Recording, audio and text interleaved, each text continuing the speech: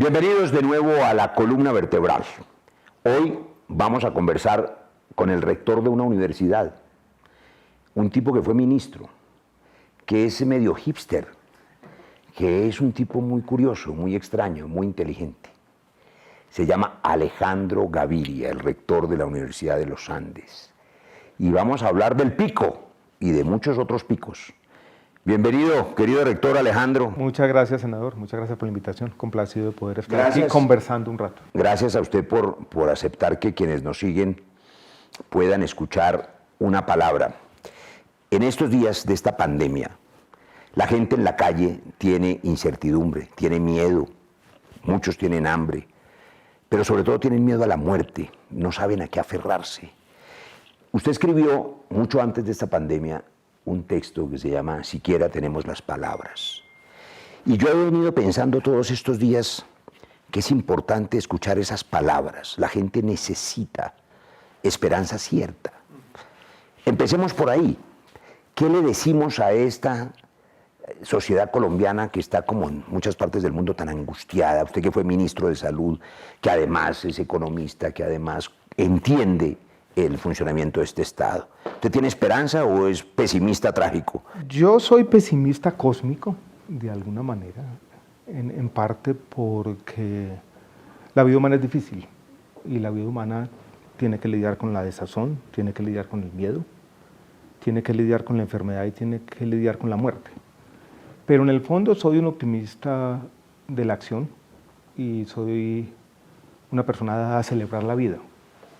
Y yo creo que el miedo es una de las formas en que se nos va perdiendo la vida. Entonces yo creo que parte de los problemas que tenemos con esta pandemia es que de alguna manera ese miedo con el que empieza la barbarie nos está arrinconando.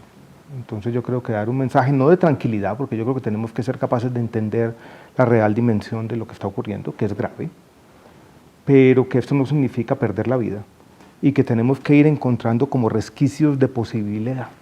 Pero me llama la atención que usted, cuando le pregunto de la pandemia, fíjese, habla primero del miedo y más del miedo que del virus. No hemos mencionado el virus. ¿Usted cree que el miedo es parte del problema en el que estamos? Yo creo que el miedo puede llevar a sobrereacciones y cuando uno mira, por ejemplo, que las urbanizaciones o conjuntos enloquecieron y básicamente son unos feudos ahí autoritarios. Cuando uno ve que en muchos municipios donde ni siquiera ha llegado el virus ya hay toque de queda, cuando uno ve que la democracia parece estar perdiendo terreno y el autoritarismo y las interpretaciones autoritarias parecen estar de moda, uno se da cuenta que aquí tenemos dos problemas. Un problema es la pandemia, sin duda, un problema de salud pública, pero esto puede dar pie a un problema mucho más complejo que termine menoscabando la confianza en las instituciones democráticas y que ese miedo, como decía hace un rato, con el que comienza la barbarie, tenga implicaciones de largo plazo mucho más gravosas para la vida colectiva que la misma pandemia. O sea, yo creo que tenemos que ser capaces de entender el problema de corto plazo, pero también lo que esto implica. Y básicamente en 4 o 5 años, senador, lo más importante va a ser las consecuencias institucionales, económicas y sociales de la pandemia, no la pandemia en sí misma. Esa frase suya de este miedo con el que comienza la barbarie se la voy a guardar ahora para otra barbarie. La leí en un poema por allá, creo que un poeta chileno que se llama Enrique Lin, en otro contexto. Y en medio de esta pandemia, estaba yo aquí leyendo cosas y la vi y hice la conexión inmediata. Pero antes de esa barbarie, cuando los seres humanos tenemos miedo, nos aferramos a algo, usualmente a Dios o a algún Dios, a las creencias o a la ciencia. El problema de esta crisis es que la gente no encuentra aparentemente ninguna de las dos respuestas, porque la ciencia se ha equivocado tanto también. Dios, los pastores cristianos que hacen milagros los domingos en sus iglesias, pues que yo sepa ninguno ha podido curar el COVID. ¿Usted cree que la sociedad todavía puede en este momento del siglo XXI aferrarse a alguno de esos dos pilares? ¿A Dios, por ejemplo? ¿A la ciencia? Hay gente que, para la que la religión es importante en su vida espiritual, pero pedirle a Dios soluciones para esta pandemia en nuestro planetica flotando en este rincón del universo, yo creo que sería exagerado. De pronto Dios está ocupado en otros asuntos, diría yo. Yo sigo creyendo en el conocimiento, dirijo una universidad, sigo creyendo en la importancia del mundo de las ideas, pero yo creo que esta pandemia ha sido un llamado de atención, senador, para todos, ¿no? Porque de alguna manera las dudas de la ciencia han sido explotadas por los políticos y tenemos esta gran polarización política. Hoy no sabemos bien a qué atenernos. Claro, pero mi problema... Ni siquiera tenemos respuestas definitivas para el problema de las máscaras. Alguien dijo recientemente, lo sabemos todo, pero no sabemos nada acerca del virus. Conocemos todas las letras de su código genético, pero no tenemos ningún antiviral. La vacuna, a pesar de las promesas recientes de algunos ensayos clínicos, todavía es una esperanza futura. O sea, la ciencia no ha sido capaz de responder oportunamente, porque es compleja, y porque de alguna manera nuestra fragilidad biológica sí lo demuestra. Y de pronto habíamos puesto esperanzas exageradas en la ciencia como soluciones mágicas. Y la vida espiritual del ser humano en este momento del siglo XXI, pues tiene vacíos también. Y la política, te conoce más que yo, ha estado perdiendo la confianza pública también por mucho tiempo. Entonces, yo no lo había pensado así, eso es una cosa que está surgiendo en nuestra conversación, si hay un vacío. Yo creo que hay un vacío que en el caso mío empieza al revés, porque yo soy un hombre creyente, yo creo en Dios, pero tengo una crisis de fe frente a la ciencia. Mire lo que pasó con el Imperial College de Londres. Las cifras del Imperial College, en mi opinión, son el fiasco más grande de la ciencia en décadas, y creo que le hicieron un daño enorme al mundo. Usted las ha revisado bien. Es que nos dijeron que el 80% de la población se iba a contaminar, que iba a haber 15 millones de muertos. Este gobierno colombiano, creyendo en esas cifras, nos anunció también cifras de centenares de miles de muertos, y entonces encerraron al mundo. ¿Usted no cree que hay también una crisis allí de esos dogmas y por eso la gente está perpleja, porque no tienen de dónde aferrarse? Yo lo voy a poner de esta manera, y si quiere, para quienes, los cibernautas y los seguidores de ambos, voy a irme con un debate casi técnico. Hay como dos paradigmas, o digámoslo de esta manera. ¿En qué país del mundo nace la epidemiología? ¿De dónde viene? Viene de Inglaterra, y viene porque de alguna manera Inglaterra es un imperio y necesitaba tener un conocimiento de las enfermedades infectocontagiosas. Y las desconocidas, y de la India. De la India, y por eso, entonces ahí necesitaban. Y hay dos universidades inglesas que han sido las líderes históricamente en estos temas. Una es Imperial College, y la otra es la Universidad de Oxford, que hoy en día está jugando papel en la vacuna. Y ahí hay dos figuras que yo he seguido en esta conversación. Uno es Neil Ferguson, que fue el que hizo la modelación teórica de Imperial College. Y hay una epidemióloga muy interesante que todavía no conocemos en nuestro país, que es incluso novelista también, o sea, nos debe interesar a los dos porque tiene esa combinación de la ficción, se llama Sunetra Gupta.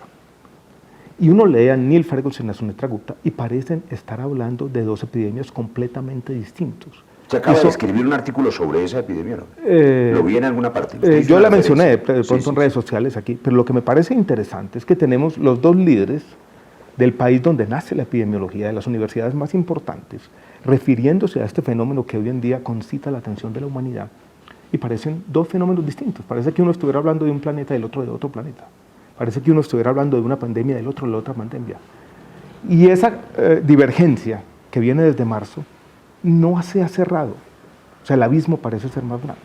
Entonces la gente está confundida. O sea, la ciencia está en este momento todavía en un proceso de opiniones tan diversas, de opiniones tan distintas y contradictorias. Que ese abismo no se ha cerrado, pero resulta que yo empecé diciendo... Y yo estoy más del lado de Sunetra Gupta, que tiene una aproximación más esperanzadora, diciendo, por ejemplo, hay una buena parte de la población que estuvo expuesta a otros coronavirus y que tiene en su sistema inmune... ¿Tiene anticuerpos cruzados? Sí, y células T, por ejemplo, que dice en algunos lugares del mundo ya hay evidencia de inmunidad colectiva, o sea, inmunidad de rebaño.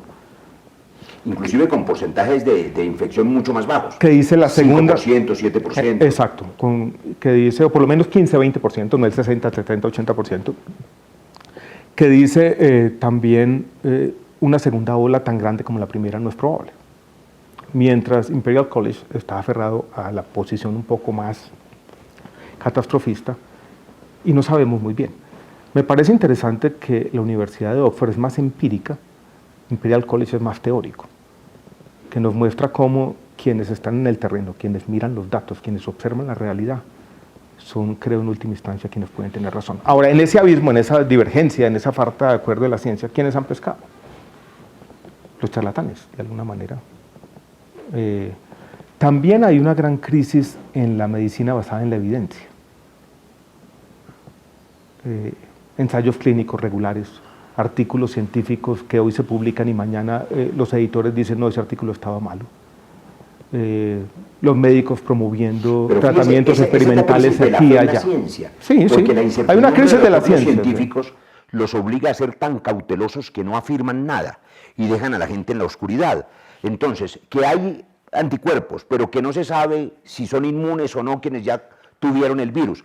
Mi hija, que lo tuvo, está convencida, y que es médica, de que está inmune, pero ninguna revista científica seria se atreve a decir que eso es cierto. Que la cloroquina, que la ivermectina, nadie se atreve a afirmar nada. Pero hay una gran paradoja porque la ciencia de un lado no dice nada y de otro lado se salta el método científico y trata de decir algo. Entonces estamos como en esos dos extremos. Nadie ha sido capaz, examinemos la evidencia, con la evidencia esto es lo que mejor podemos hacer. Y esa toma de decisiones ante la incertidumbre, cómo la ciencia la empieza a dirigir, o cómo la ciencia da de alguna manera pistas, ahí hemos tenido problemas. Ahora estamos en un mundo donde hay información, unas tecnologías de información que son al mismo tiempo desinformación, cosas circulando en cadenas de WhatsApp, en las redes sociales, todo tipo de barbaridades. A veces pienso que estábamos mejor preparados hace 100 años, donde teníamos menos formas de comunicarnos y menos formas de transmitir de desinformación para lidiar con ese problema colectivo que hoy en día. Pues por lo menos porque no teníamos el miedo, la mediatización de la muerte. O no teníamos esa otra epidemia. Nos cuentan los muertos. O teníamos mecanismos menos eficaces de transmitir desinformación, transmitir miedo. Y de transmitir el virus, no teníamos aviones. Y los charlatanes y los oportunistas tenían menos formas de llegarle a millones de personas de las que tienen hoy en día. Pero empezamos esta conversación provocándolo yo para que sus palabras pudieran aliviar un poco la incertidumbre de la gente. No lo estamos logrando mucho. No, no lo estamos logrando mucho porque en el fondo tampoco queremos caer en... A mí me gusta hablar de una frase muy bonita que le di por allá a un tipo que se llama Albert Hirschman, claro, que él tituló en un libro en los años 60 que llama Un sesgo por la esperanza. Y siempre incorporo esa frase en un discurso, porque cuando nosotros no sabemos muy bien qué hacer, tengamos ese sesgo por la esperanza.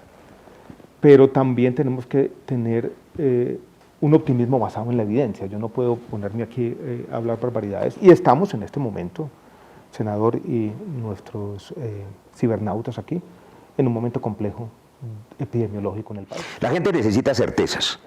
Después de escucharlo parece claro que ni los charlatanes, por supuesto, ni tampoco, digamos, los líderes religiosos, ni los científicos toman las decisiones. Las decisiones las toma la gente que tiene la responsabilidad pública. Usted la ha tenido. Y usted tiene, a propósito de abismos conceptuales, un pie en la economía, otro pie en la salud, porque fue ministro varios años. Y el dilema que pocos han podido resolver es ese entre economía y salud. Hoy, la alcaldesa de Bogotá, o el de Medellín, o el de Cali, tiene esa duda enorme frente a las políticas del gobierno nacional. Cuarentena otra vez, las UCIs llenas, 93% de ocupación, cerramos Bogotá o no, o la economía destrozada va a generar más hambre y más muertos que el propio virus. Usted que fue ministro de Salud, si estuviera ahí en ese potro todavía, ¿dónde orientaría las decisiones? En el hoy. Yo diría tres cosas. No pondría tanto énfasis en los ventiladores. Yo creo que esto debería visualizarse o conceptualizarse como un problema de acción colectiva. Se daría mucho énfasis en, lo voy a decir de esta manera un poco pedante, la ingeniería de normas sociales, cómo cambiar comportamientos con base en una comunicación adecuada del riesgo, y en base en entender cómo la gente toma decisiones, y en base en cómo las comunidades pueden organizarse para cambiar esos comportamientos. Haría énfasis en esas 3C, en evitar los contactos, las concentraciones y los espacios cerrados. No creo que los confinamientos absolutos ya sean una posibilidad. ¿La gente iría a trabajar? Usted viene de la salud pública. A mí me ha llamado la atención el siguiente, que la gente progresista con la que yo interactuaba siempre hacía énfasis en lo siguiente, hacía énfasis en los determinantes sociales de la salud. Esto es que la desigualdad y la pobreza matan gente, en últimas. Hacía énfasis en la salud mental, o sea, la importancia y la centralidad de la salud mental cuando hablamos de salud, y hacía énfasis en la educación. A muchos de esos progresistas que tenían ese discurso, educación, salud mental y determinantes sociales, se les olvidó. O sea, hoy dicen, encerrémonos un año. Yo eso no lo entiendo. No entiendo por qué el progresismo renunció a su discurso de toda la vida. Y bueno, se casó con unas medidas que hoy sabemos pueden tener unas consecuencias incluso peores que el mismo virus. Entonces yo creo que hoy, con la información que tenemos, las concentraciones, los confinamientos tienen que estar localizados geográficamente, localizados demográficamente. Tenemos que proteger a la población vulnerable, pero cerrar el país. Bueno, seamos juntos con esos progresistas. Para empezar, no están gobernando. Aquí están gobernando personas que están lejas de esa concepción. Hace poco la vicepresidenta dijo que para qué psicólogas ni sociólogos. Ah, no, terrible. No. Y en el fondo pueden tener esa opinión porque es una forma de articular sus críticas al gobierno, algunas que yo comparto, otras no tanto. Pero en todo caso,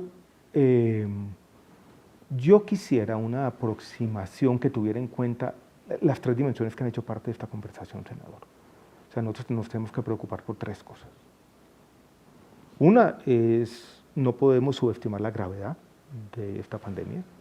Segundo, tenemos que preocuparnos por evitar una devastación social. Y allí incluyo los problemas de salud mental. Y tercero, tenemos que preocuparnos por los problemas políticos y no podemos básicamente sacrificar la democracia y la Carta de Derechos. Las libertades.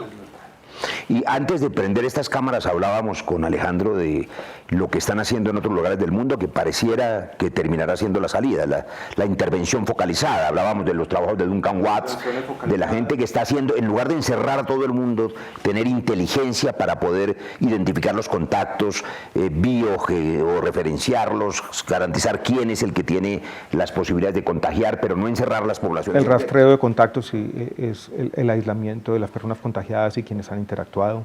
Las burbujas de Nueva Zelanda. Las burbujas de Nueva Zelanda, que son formas de permitir la interacción en burbujas. Yo cada vez estoy más convencido que la interacción en espacios abiertos tiene muy poco riesgo.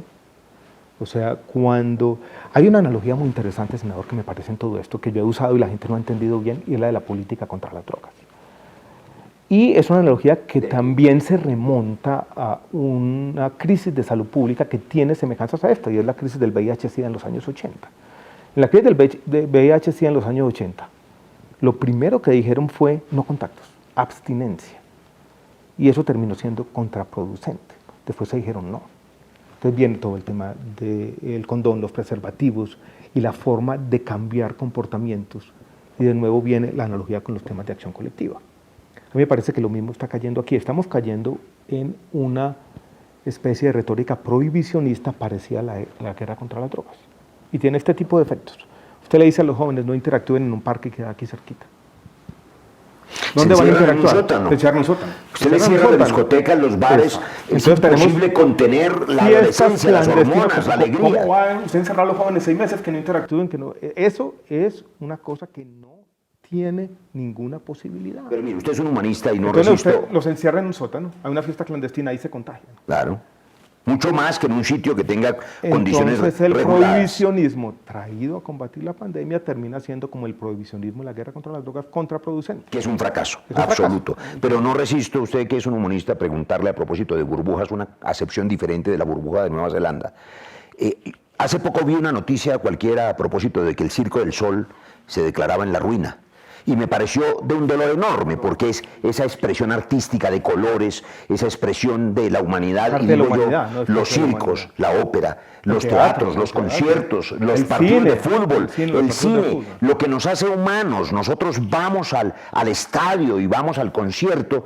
El virus nos está matando eso de la humanidad. Vamos a volver a recuperar eso cuando éramos felices y no lo sabíamos, como me decían estos días alguien. Tenemos que volverlo a recuperar.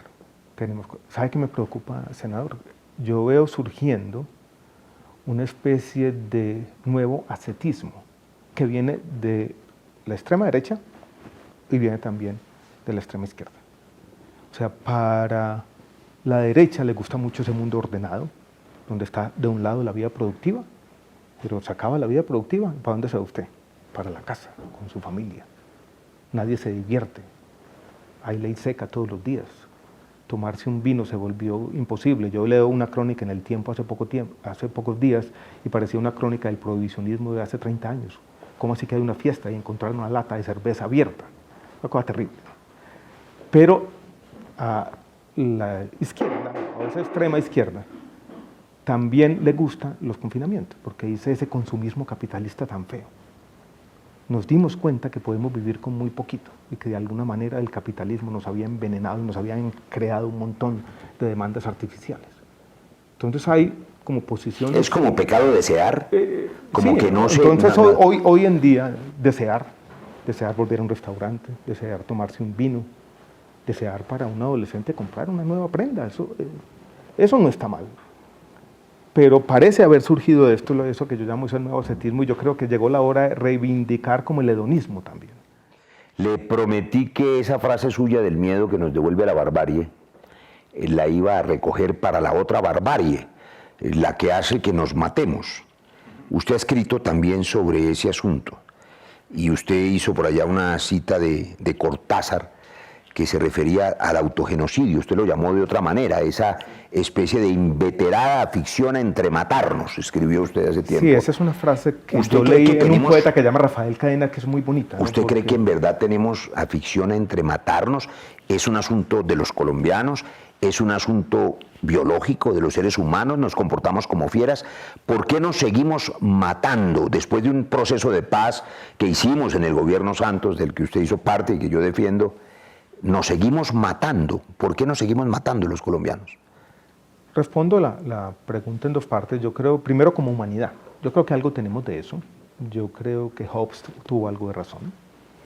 El hombre es el lobo para el hombre. Yo soy muy hobbesiano. Sí, yo en eso también creo. Tengo como esa visión un poco más pesimista de la naturaleza humana. Más optimista Rousseau, que el hombre nacía bueno y la sociedad la corrompe. Yo creo que se equivocaron. Somos, senador, un animal peligroso. Un depredador, el mayor depredador, dice Yuval Noah. Mira esta biblioteca. Coja un libro al azar y probablemente va a haber traiciones, asesinatos, comportamientos poco éticos. Aquí al entrar vi la biografía... Eso lo dice un librito que está por allí de Joseph Brodsky. Aquí, dice, entendamos eso. Y le decía por allá, creo que era el primer presidente que tuvo la República, en un momento era Checoslovaquia después de la caída del muro de Berlín, que salió con un discurso muy rusoniano y le dice a Joseph Brodsky, cuidado, mire su biblioteca, aprenda de su biblioteca. Y tal vez esa lección esencial es que el hombre es un animal peligroso. En los íconos más grandes, usted, ahora mientras usted salía, vi que tiene usted aquí la biografía de Einstein de Walter Isaacson.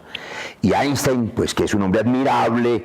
Cuando usted lee la biografía de Einstein, había unos comportamientos verdaderamente crueles, inclusive con sus hijos. Esa es la parte como pesimista, pero hay otra parte optimista y es que sociedades humanas, comunidades humanas, en muchos momentos de la historia y ahora, han logrado crear instituciones, o sea, formas de autodomesticarnos, digámoslo así. Formas donde hemos podido convivir en la diferencia, respetarnos y no matarnos. Hay muchas comunidades en este planeta que viven así. Que es el Estado de Derecho, ¿no? Es el Estado de Derecho. Usted va a Japón y es una sociedad absolutamente pacífica, cuando no lo fue.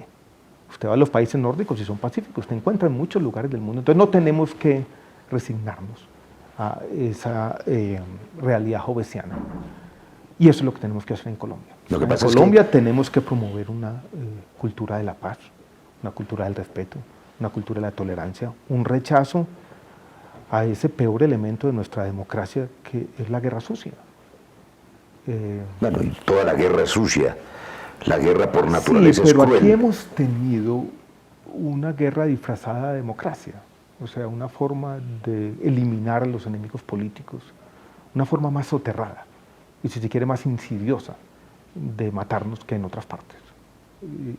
Porque todo esto ha sido supuestamente en democracia, ¿no? Pero muy importante lo que usted acaba de decir a propósito de que la sociedad tiene manera de autodomesticarse, que es el Estado de Derecho. El Estado de Derecho, probablemente en amplias regiones de Colombia. Aquí por la cultura, ¿no? Pero claro, pero cultura llega de la mano de la educación, de nuevo del Estado, y tenemos amplias regiones de Colombia donde nunca llegó.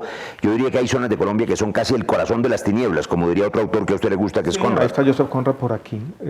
Sí, el corazón de las tinieblas, que incluso está esa frase que es el horror. Del coronel Cortés. Sí.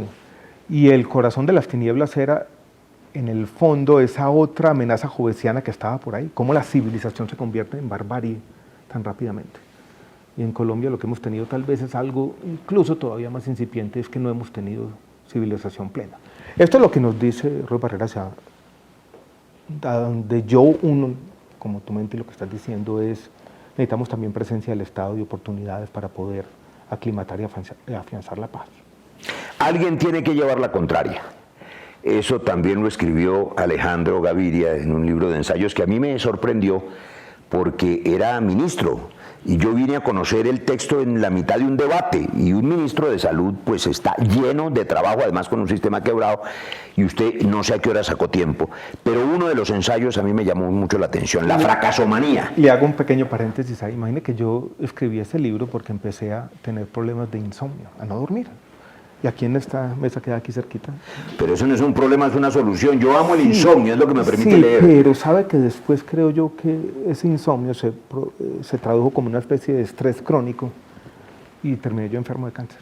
¿Usted cree que tiene que ver con eso? Yo creo que o sea, usted pues esa es en el fondo la narrativa que yo me echaba mismo. Yo creo que fueron tantos meses o un año largo de o sea, usted estuvo muy estresado en esa época. Mucho porque... ¿Le echa la culpa de ese estrés al ejercicio público? En parte, no puedo decirlo que no. Pero bueno, no le contesté la pregunta, fracasomanía. Fracasomanía, porque su tesis, pero bueno, es la suya. Albert Hirschman se inventó la palabra que ya lo trajimos a cuento. Y era mi tesis que en los debates políticos, en la forma como analizamos nuestra realidad, hay un cambio social de largo plazo que se vuelve invisible y no somos capaces de reconocerlo. Y todo está mal. Y que en parte para seguir promoviendo el cambio social, para seguir creando una sociedad mejor, tenemos que ser capaces de reconocer los logros, porque si no caemos en esa tentación a destruir sin haber construido, que es tal vez el Por lo tanto, de cualquier ¿le líder gustará a político. usted Steven Pinker? Yo creo que algo, sí, él tiene el mismo tema, tengo mis diferencias con él. Digamos, el filósofo del optimismo, que entre otras cosas le acaba de hacer un prólogo al libro premio Nobel del Juan Manuel Santos. Premio Nobel Juan Manuel Santos. Yo leí a Steven Pinker por primera vez como lingüista y me gustó bastante. Después lo leí como psicólogo evolutivo y también me gustó. Esa interpretación que él hace del progresismo como una consecuencia directa de la ilustración, me parece que de alguna manera caricaturiza la ilustración, porque en la ilustración tuvimos mucha diversidad. Estuvieron los enciclopedistas franceses, pero allí estuvo Rousseau diciendo otra cosa. Después estuvo el movimiento romántico, estuvo William Blake. Y, me parece que él pasa muy rápido en la forma como explica lo que ha ocurrido. Pero yo creo que él hace un buen punto. Él hace un buen punto y él dice una frase paradójica, él dice, los progresistas odian el progreso. Y en parte tiene razón. Usted dice que lo conoció como lingüista y después le siguió gustando. Otro lingüista que terminó transformándose fue Noam Chomsky y acaba de escribir un libelo sobre cooperación-extinción. A usted, la tesis de Chomsky sobre la posibilidad real de que haya extinción de esta especie, ya no solo por la pandemia, sino por la irresponsabilidad del manejo de las armas nucleares en el gobierno Trump, por el cambio climático irresponsable. Yo creo que tenemos por allá, en nuestro cableado, en nuestra esencia, en lo que somos, unas tendencias autodestructivas. Está pasando un planeta nos está visitando el Neowise, viene dentro de 6.800 años, vuelve Sí, a visitar. un cometa. Un cometa. Ayer pensaba por la noche cuando leí eso, que nos va a visitar el planeta en 7.000 años. ¿Qué será de la humanidad? Si habrá humanidad. Y sí pensé, y soy pesimista, no sé si habrá humanidad en 7.000 años. Probablemente la conciencia humana estará encapsulada por allá en un pedacito de memoria de silicón. ¿A quién le quiere? Bueno, eso escribió un ensayito. Me hace acordar de Xu Liu, que dice que la conciencia humana, el gran escritor de ciencia ficción chino, termina así, en un pedacito de silicón, y que ahí está la humanidad. Pero no nos vamos tan lejos. Pero escribí un ensayito en ese libro, siquiera tenemos las palabras, firmado por una persona que no soy yo, en parte que no me refleja plenamente, que era una especie de carta que le escribió una persona a su bisnieta, una carta hacia el futuro, como que la guarda y dice para que la lea mi bisnieta. Y en el fondo era una explicación de por qué acabamos con el planeta, de dónde vienen estas tendencias autodestructivas. Y yo encontraba como 3 partes en esas tendencias autodestructivas. Primero, senador, nuestro altruismo es limitado. Hay un solo mandamiento que uno debería obedecer, uno solo, que resume todo. Amar al prójimo como a sí mismo. ¿Lo practicamos o no? Pues sabe que sí, le voy a contar una anécdota. Sí, pero poquito, no, me parece que ojalá pudiéramos hacerlo más. Bueno, pero ya me cuentan la anécdota. Nuestro altruismo limitado, nuestros deseos insaciables. O sea, tenemos una cosa, apenas la conseguimos, dejamos de quererla y queremos otra.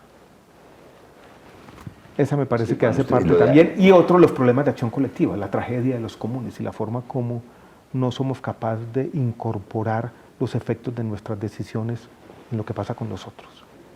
Entonces, juntaba ahí una mezcolanza que era una forma de responder a la pregunta que me hacías sobre si nos vamos a autodestruir o no. Hay razones que yo creo que han hecho explícitas las ciencias sociales que dicen sí, tenemos esa posibilidad de autodestruirnos. Pero me iba a contar una anécdota.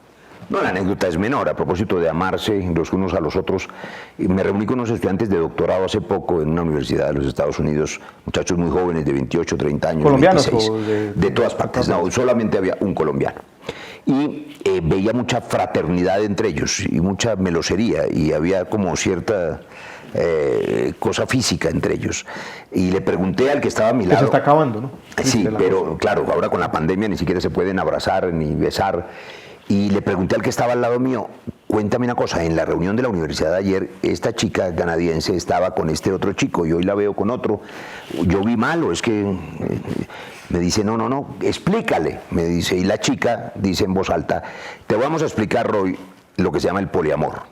Nosotros creemos que solo se puede tener sexo con la gente que uno ama, pero creemos que hay que amar a todo el mundo.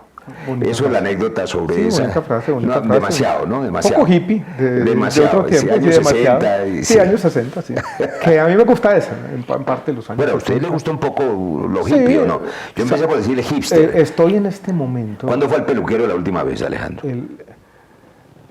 De verdad, el 28 de diciembre. De verdad. Pero después tuve otra chiquita ahí que me tuvieron que hacer cuando abrieron una peluquería unos poquitos días aquí. Yo le dije, haga algo, pero esa fue muy fugaz. Vea, Estoy escribiendo un librito que quiero terminar sobre Aldous Huxley.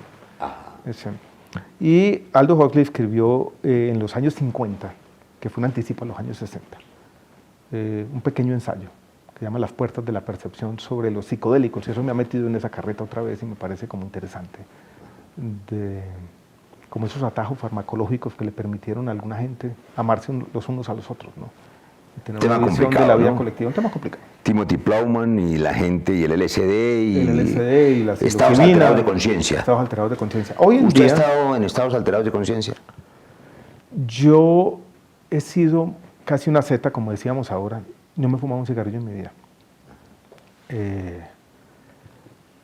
Como nunca aprendí a fumar cuando se consumía marihuana en el colegio, en la universidad, que lo hacían pues mis compañeros y lo hacíamos en una fiesta de vez en cuando, lo hacía, pero nunca, pues muy poquito, nunca, sí definitivo, nunca. Que yo digo, estoy en otro mundo, en otra cosa, nunca lo he tenido. Y no lo digo mucho, hasta me gustaría haber estado más ahí. Pues para mirar esas formas de percepción. Sí, esas formas de percepción, que incluso con el LSD, por ejemplo. Hay una anécdota que podemos contar para unir toda esta conversación.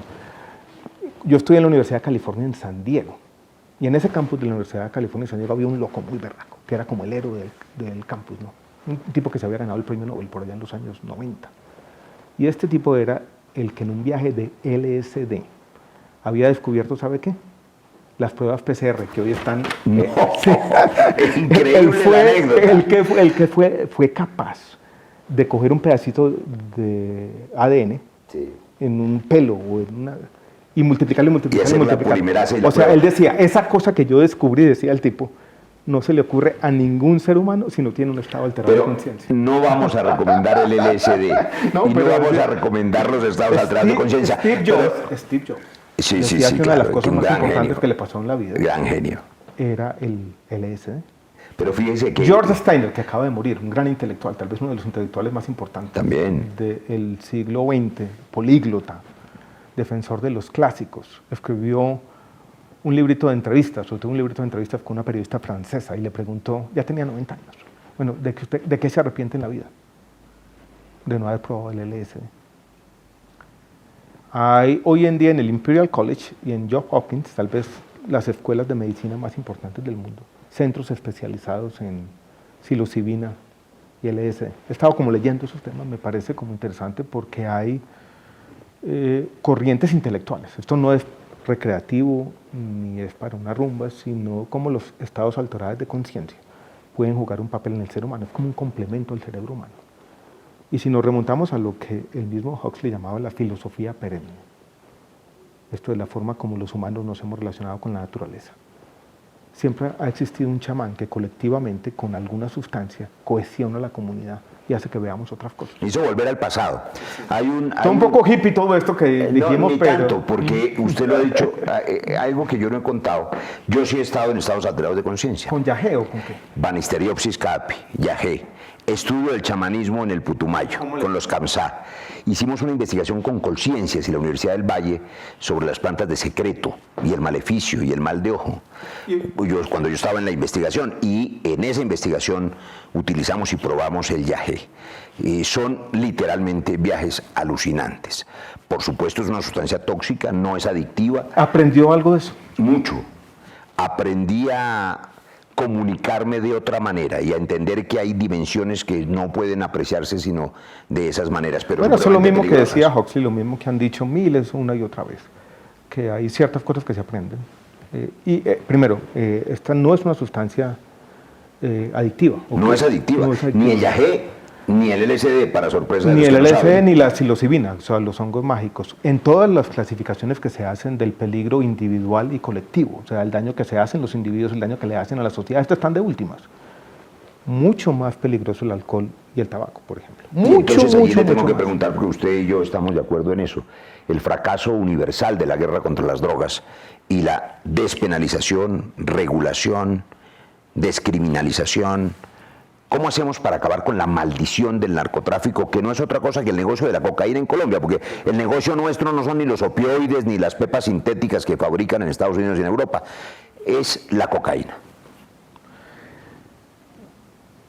Sobre ese tema yo diría lo siguiente. Primero tenemos que tener como una visión estratégica, porque nosotros ya estamos convencidos, pero ese no es el problema. El problema es que la humanidad le tiene miedo a estas sustancias. El problema es que hay un discurso político eficaz prohibicionista, no solo en Colombia, sino en la gran mayoría del mundo. En eso están los chinos, en eso están los rusos, en eso están los cubanos, en eso están los gringos. Y eso tenemos que entenderlo así. Entonces, es una economía política compleja. Y como yo concibo eso, es que tenemos que empezar a ganar algunas batallas. Bueno, los gringos de derecha, porque en 40 estados ya hay marihuana legalizada, pero los de derecha están ahí. Pero entonces tenemos que dar una batalla muy importante que me parece a mí por la despenalización o no criminalizar ni a los campesinos, ni a los consumidores ocasionales, ni a las mulas, o por lo menos. Entonces, esa es una batalla. La otra batalla es con la marihuana. Yo creo que Colombia en la próxima década, no digo mañana, pero en la próxima década debería empezar a encontrar formas de regular esa sustancia. Esto es como el alcohol, como el tabaco, claro, con advertencias sanitarias, con comunicación del riesgo, con diciendo estas son sustancias que si se abusan, incluso tienen que ver con el desarrollo cognitivo de los adolescentes, hacen daño. Es un problema de salud pública, no de política criminal. Pero vamos a comunicar adecuadamente el riesgo, vamos a regularlo, vamos a hacer que la sociedad tenga una relación sana, pero ese mundo libre de drogas es una utopía no solo imposible, sino perjudicial. Ahora, la cocaína y la heroína son sustancias muy distintas. Muy distintas. La heroína es una tragedia para el que la prueba. Muy adictivas, muy complejas, donde cualquier forma de regulación tiene que responder unas preguntas muy complejas. Es, bueno, ¿cómo se va a distribuir? ¿A quién? Tiene que ser con fórmula médica, tiene que ser muy, muy restringida. Los usos médicos de la cocaína, desde los experimentos de Freud, no son tan grandes como el cannabis, por lo menos los conocidos. Y los usos comerciales desde los orígenes de la Coca-Cola. Sí, de la Coca-Cola, pero eso ya están de alguna manera desuetos. Y eso nos lleva a la siguiente disyuntiva. Si la regulemos va a haber un mercado negro, entonces la regulación tampoco va a resolver todo lo que... Como el alcohol. Como el alcohol, exacto. Como el alcohol y como el tabaco también. Pero nadie Usted quiere aquí un le pone igualito. impuestos al tabaco y entonces le llega los cigarrillos del Paraguay de contrabando. Pero sin embargo hay menos jóvenes fumando, cada vez hay menos fumadores en espacios Porque públicos. además, como sacamos eso de la prohibición y pudimos dar un debate Regularlo. social, y pudimos comunicar mejor el riesgo. Tenemos un debate mucho mejor dado. Hay campañas y podemos como sociedad promover el cambio cultural y no el prohibicionismo. Ahí tenemos que llegar. Pero yo no veo en el corto plazo una legalización o una regulación distinta de la cocaína. Sí la veo del cannabis. Y conectando la conversación, la veo también de los psicodélicos. Porque yo creo que la psiquiatría está empezando a entender las investigaciones que se hicieron en los años 50 con estas sustancias. Y está empezando a entender que tiene muchos beneficios para el tratamiento de adicciones, para la angustia existencial de pacientes terminales, para el estrés postraumático y para un montón de otras dolencias mentales.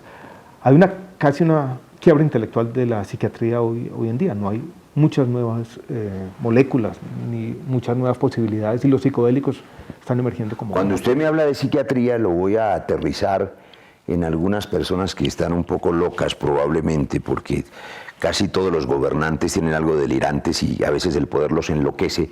Hay una frase interesante de Kurt Vonnegut, por aquí están algunos de sus libros, que decía: a quienes inventaron las democracias se les olvidó un detallito. ¿Sabe cuál? ¿Cuál? Que solo los locos quieren ser presidentes. ¿Usted está loco? Acuerdo, sin berraco. Usted no está loco. Completamente de acuerdo. Bueno, le quiero decir a Alejandro que hay mucha gente, ya que usted tocó el tema, Sí, señor. mucha gente que yo conozco, que dice: Alejandro Gaviria debería ser candidato a la presidencia. Cosa que, entre otras cosas, a mí me parece muy interesante, porque no quiero meterlo en dificultades. Usted es rector de una universidad. Soy rector de una universidad. Pero, además, era una universidad en un momento difícil y que tengo pero que también la creo política. que tenemos que hacer un esfuerzo para recuperar el camino de la paz y para recuperar un gobierno sensato y para recuperar la seguridad, que está hecho un desastre. Eso se llama ganar las elecciones en el 2022. Muchos vamos a estar en esa tarea. ¿Usted qué opina de los que creen que usted debe ser candidato? ¿Le divierte que piensen que usted debe ser candidato? ¿Se siente bien con eso? ¿Le parece...? Pues dije yo en uno de esos libros también, se defiende más fácil de las críticas que los elogios. Entonces la gente dice, no sabe muy bien cómo qué decir, y yo me hago el bobo a veces cuando dicen eso.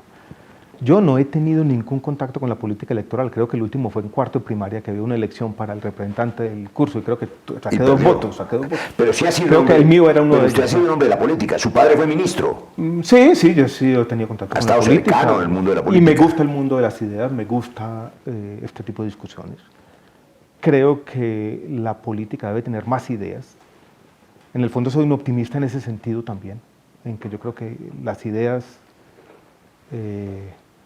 un poco el debate bien llevado enaltece la política y yo creo que puedo jugar un papel ahí. Pero no me he visto, nunca me he visto en la política electoral, creo que no. Mi forma de aproximarme a la política creo que me llevaría a fracasar muy tempranamente en la política electoral. No caiga en la fracasomanía esa de la que usted no sé. habló. Esa es una respuesta inteligente. Una palabra para estos yo... tres personajes, Alejandro. Usted le dicen, un tipo que se va a lanzar a presidente. Primero, nació por allá por una casualidad de la vida en Chile, no nació en Colombia, o sea, ni siquiera nació en este... dijo por allá en un libro y en una entrevista de manera un poco pública que era ateo. Está defendiendo aquí la legalización de las drogas, ha defendido el aborto, ha defendido la eutanasia. ¿Es un liberal? No elegible. No necesariamente.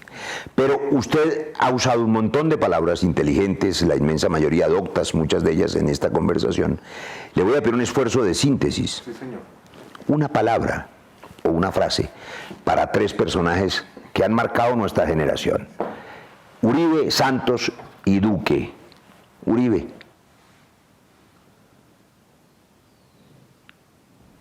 Se demora, ¿no?, en conseguir una. Sí, me demora porque no quiero, pues sería muy fácil decir una como odio y no quiero ser un poquito...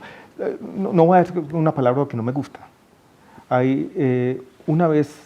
Usted escribió un ensayo, un Sí, libro sí, pero sabe que me llama mucho la atención, me porque gusta- le puso Uribenomics. Uribenomics. ¿Se merecía el título de un libro? No, usted? pues era en el año 2006, Uribe tenía 90% de popularidad, se escribió en ese tiempo, y Uribenomics era una forma como yo de escribir lo que yo llamaba la mano derecha y la mano izquierda del Estado, y un poco era una crítica a cierto autoritarismo y asistencialismo que yo en ese momento Y a cierto populismo. veía acríticamente ganando todos los espacios políticos en Colombia. Pero la mejor analogía que he visto yo de Uribe en los últimos años, para no caer en los lugares comunes y tratar de reducirlo todo a una palabra que yo creo que en el fondo... Es injusto. Sí, es injusto. Es la de inflamación. Usted que es médico lo sabe. O sea, a veces la inflamación tiene efectos positivos cuando usted tiene un problema. Pero la inflamación se vuelve permanente. La inflamación crónica. Ese es un problema. Entonces yo creo que... Entonces, ¿Juan Manuel Santos fue un antiinflamatorio?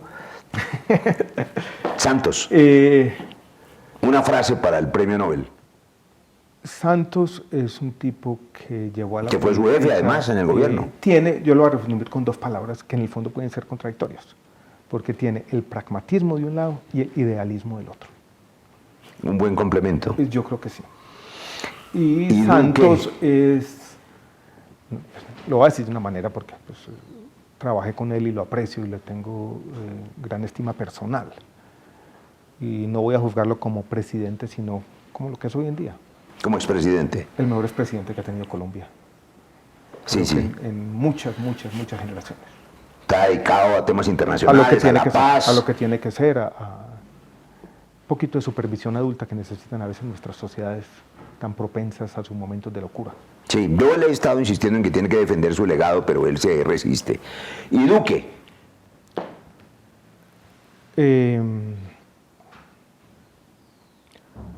Yo creo que a Duque le faltaba experiencia un poco para afrontar este reto.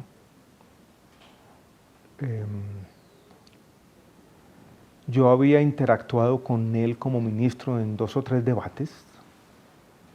Me parece que fue un senador aceptable. Yo llevo unos debates, dijéramos, con cierta responsabilidad. Incluso chocamos en el debate cuando se trató de poner el impuesto a las bebidas azucaradas y yo por ya en un exceso de vehemencia en un debate dije que su ponencia había sido hecha por los intereses. Por los ingenios azucareros. Exacto, una cosa como así.